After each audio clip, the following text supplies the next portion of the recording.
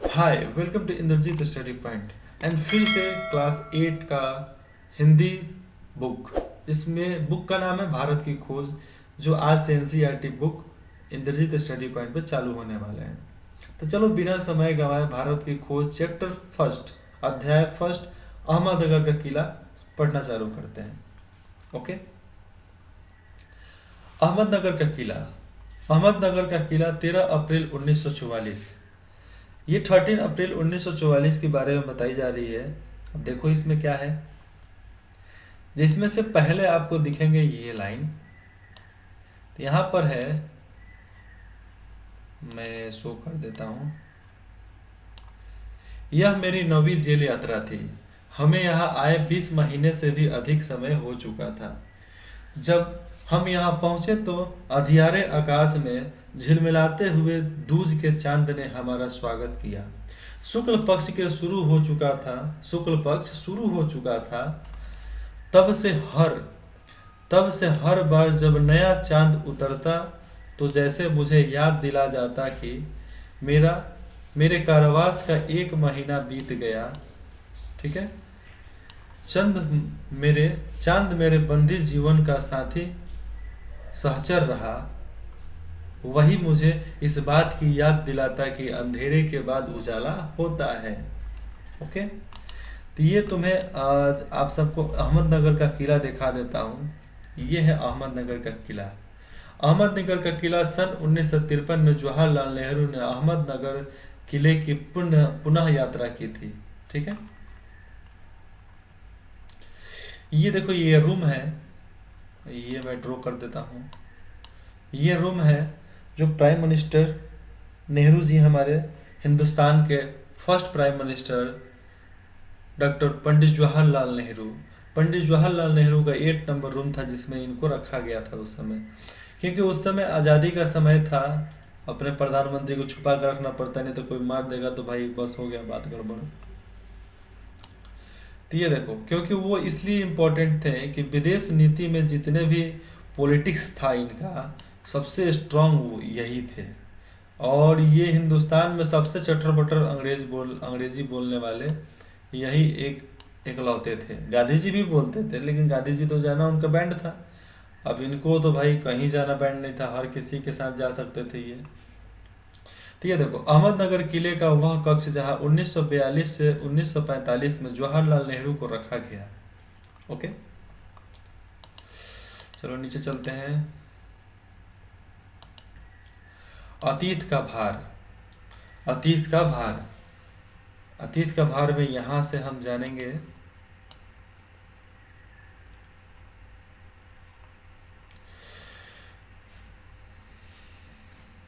दूसरी जेलों की तरह यहाँ अहमदनगर के किले में भी मैंने बागवानी करना शुरू कर दिया।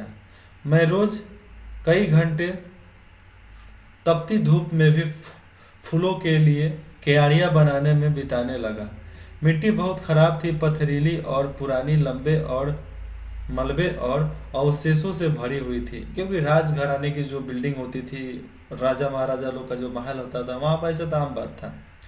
चूंकि यह इतिहास स्थल है, इसलिए अतीत में इसने कई युद्ध और राजमहलों की दुर् दुर्भ संधियां देखी है। दुर्भ संधि मतलब दुर्भ पे लड़ाई, दुर्भ में मिलना, लड़ना, जुड़ना, बनाना, काटना, फटना, ये सब देखा है।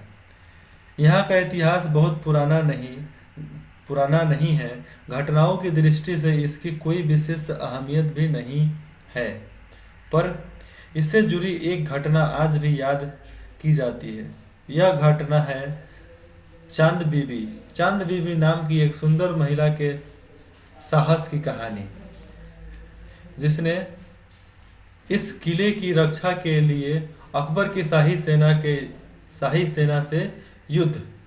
सेना के विरुद्ध हाथ में तलवार उठाकर अपनी सेना का नेतृत्व किया। पर अंत में उसकी हत्या उसके अपने ही एक आदमी के हाथों हुई। देखो, दुनिया में जो महान लोग होते हैं ना, वो हर किसी से जीत जाते हैं, लेकिन वो हारते कहाँ हैं? अपने परिवार में ही आकर हारते हैं। क्योंकि सबसे बड़े गद्दार कहाँ मिलेंगे? अपने परिवार में ही मिलेंगे। तो देखो, इतनी स्ट्रांग लेडीज, स्ट्रांग लेडी। हम तो आज तक रानी लक्ष्मीबाई के बारे में जानते हैं ना, चांद बीबी।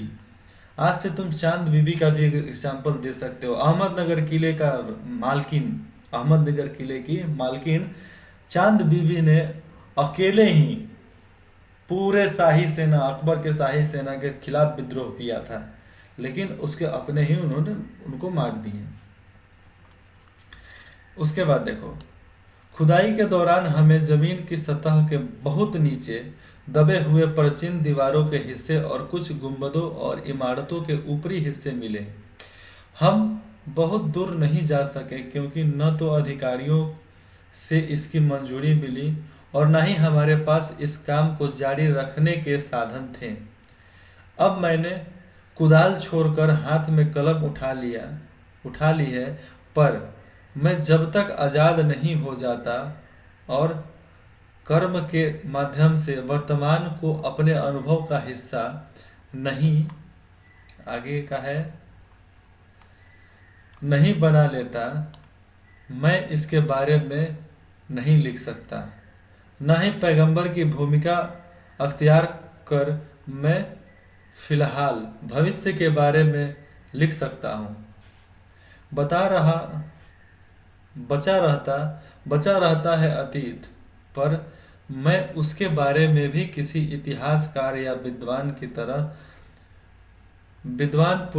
विद्वतापूर्ण शैली में नहीं लिख सकता। ओके, मैं पहले की ही तरह अपने आज के विचारों और क्रियाकलापों के साथ संबंध स्थापित करके ही उसके बारे में कुछ लिख सकता हूँ। गेट कोई इंसान था। गेट ने एक बार कहा था कि इस तरह की इतिहास लेखन अतीत की भारी बोझ से एक सीमा तक राहत दिलाती है। जो अतीत का भारी बोझ जो होता है ना, अतीत का जो एकदम मतलब सुनने पर दर्ददायक हो, उस बोझ को कम करने का काम करता है लेखक, राइटर। लेखक ही वो काम करता है जिसके वजह से हम उस अतीत के चीज को हल्का फील कर सकते हैं। अकबर कैसा था मुझे नहीं पता, चांद बीबी कैसी थी मुझे नहीं पता, पंडित जवाहरलाल नेहरू कैसे थे हमें नहीं पता। क्या पता है, हमें वही पता है जो राइटर द्वारा हमें लिख कर बताया गया है। बाहर के देशों में क्या हो रहा है हमें नहीं पता, हमें वही पता है जो सरकार मीडिया को बताती है, मीडिया हमें बताती है। और जो बाहर लोग रहते हैं उनको पता होता है, लेकिन वो भी लोग नहीं बोल सकते। सरकार के खिलाफ कौन बोलेगा भाई? दम है तो बोलो। जिस तरह भी बिहार के लाल मनीष भैया जेल में गए हैं, तो ये सब उदाहरण है। उसके बाद देखते हैं अतीत का दबाव। ठीक है, अतीत का दबाव भला हो या बुरा दोनों तरह अभिभूत करता है। कभी कभी यह दबाव दम घोटू होता है, खास तौर पर उन लोगों के लिए जिनकी जड़ें बहुत पुरानी सभ्यताओं में होती है। मसलन भारत और चीन की सभ्यता के बारे में शायद हम जान पाएंगे इसमें आगे। ये देखो, आखिर मेरी विरासत क्या है, मैं किन बातों का उत्तराधिकारी हूँ? क्या उन सब का जिसे मानवता ने दसियों हजारों साल के दौरान हासिल किया, उसकी विजयों के उल्लास से का उसकी प्रजाओं के दुखद यंत्रणा का किसका मैं उत्तराधिकारी हूँ? मानव के उन हैरत अंगेज साहसिक कार्यों का जिनकी शुरुआत युगों पहले हुई और जो अब भी जारी है और हमें आकर्षित करती है। मैं इस सब का वारिस हूँ। ओके, साथ ही उस सब का भी जिसमें पूरी मानव जाति की साझेदारी है। ओके, ये देखो आगे की है, हम भारतवासियों की विरासत में एक खास बात है जो अनोखी नहीं है, क्योंकि कोई व्यक्ति औरों से एकदम अलग नहीं होता।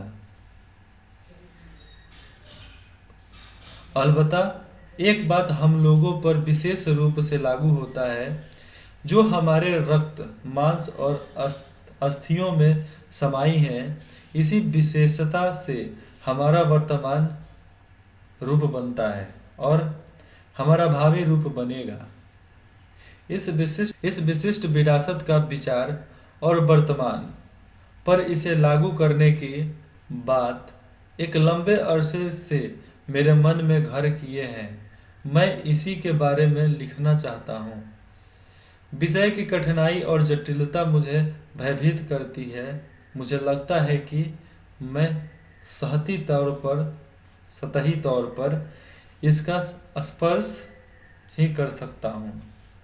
मतलब एक सतही तौर पर मैं इसका मतलब जमीनी तौर पे मैं इसका एहसास कर सकता हूँ। सतही तौर पे मैं बस इसका एहसास कर सकता हूँ, बाकी कुछ नहीं। ओके, तो यही थे अहमदनगर का किला के चैप्टर में बारे में इतना ही बताते हैं। फिर हम मिलते हैं सेकंड चैप्टर में, तलाश। ओके, मिलते हैं नेक्स्ट वीडियो में।